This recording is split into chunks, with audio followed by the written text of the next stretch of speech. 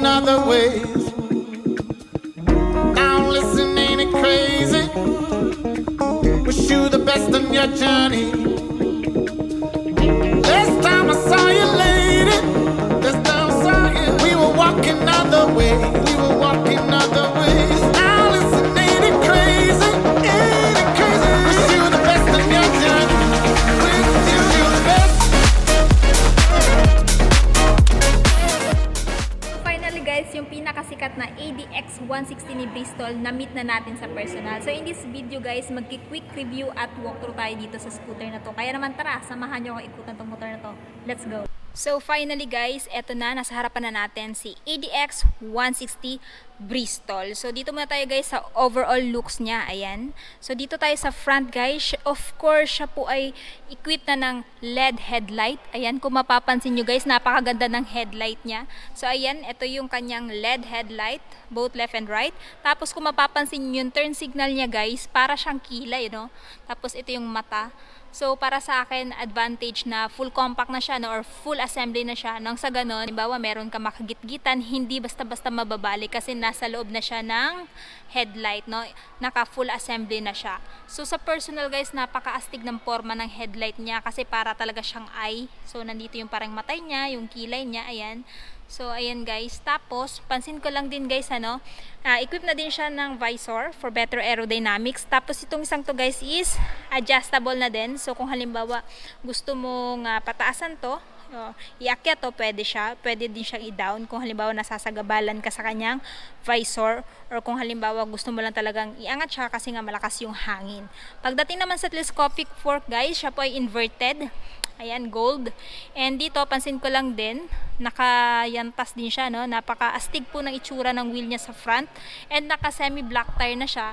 So, meaning, napakaganda din po nito gamitin, no? Sa rough road kasi dual purpose na po itong tire niya. So, tire size guys is 110 by 80 by 14. Ayan.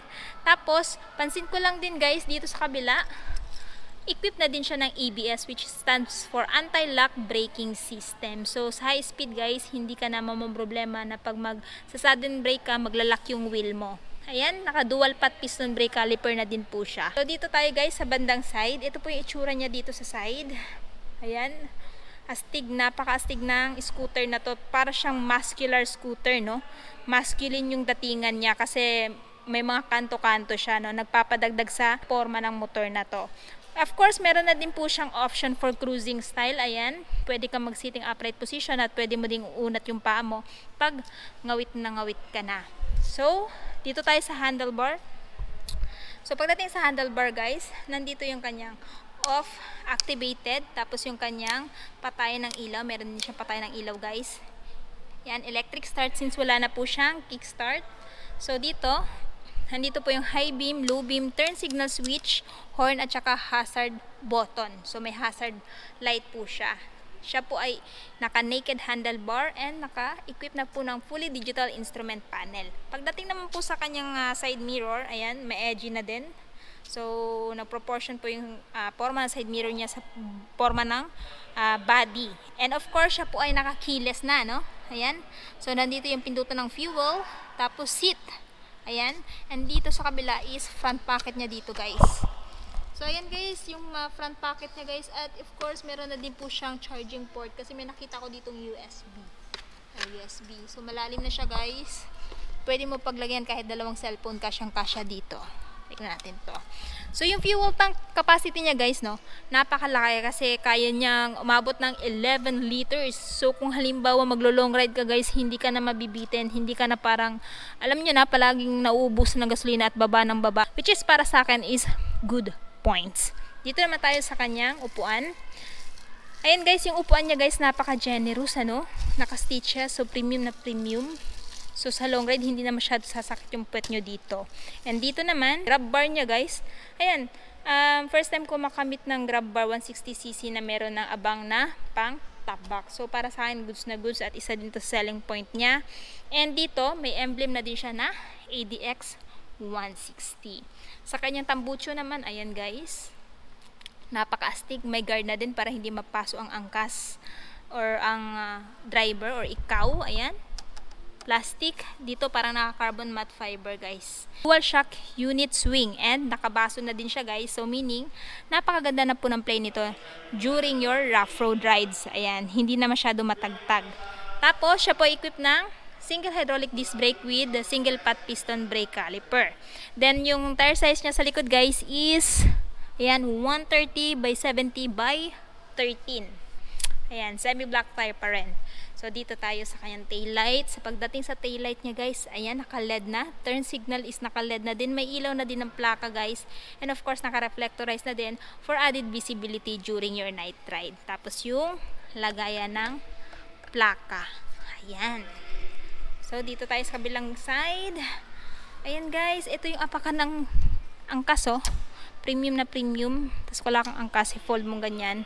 So, yan, napakalinis tingnan. Tapos yung panggilid niya nandito.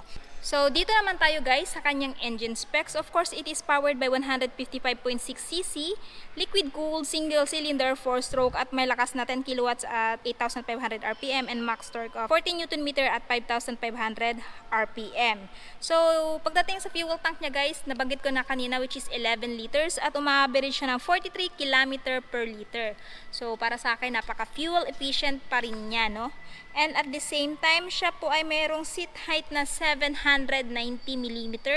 So sa height ko na 5'5" guys, abot na abot ko tong scooter na to. At syempre, sa mga lady riders, kayang-kaya nyo tong i-maneuver dahil napakagaan lang po nitong motor na to na may bigat na 137 kilograms. And of course, itong si Bristol ADX 160 guys ay may dalawang color variant na available dito. Meron po silang available na red ang kulay at meron din po silang color black. So, pili lang po kayo dito guys kung alin sa dalawa yung napitipuhan yung bilhin.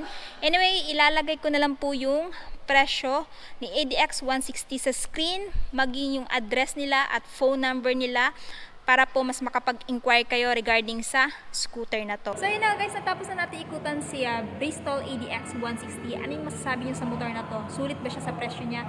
At ano yung katangian niya kung bakit siya i-consider niyo bilhin ngayong 2023? I want to know your thoughts below. And syempre kung bago pa lang kayo sa channel ko at hindi pa nakapag-subscribe, huwag kalimutan mag-subscribe para ma-notify kayo once may bago tayong upload.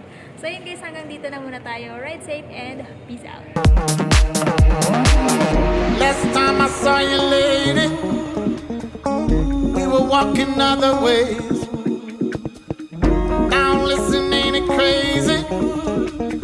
Wish you the best on your journey. Last time I saw you, lady, we were walking other ways.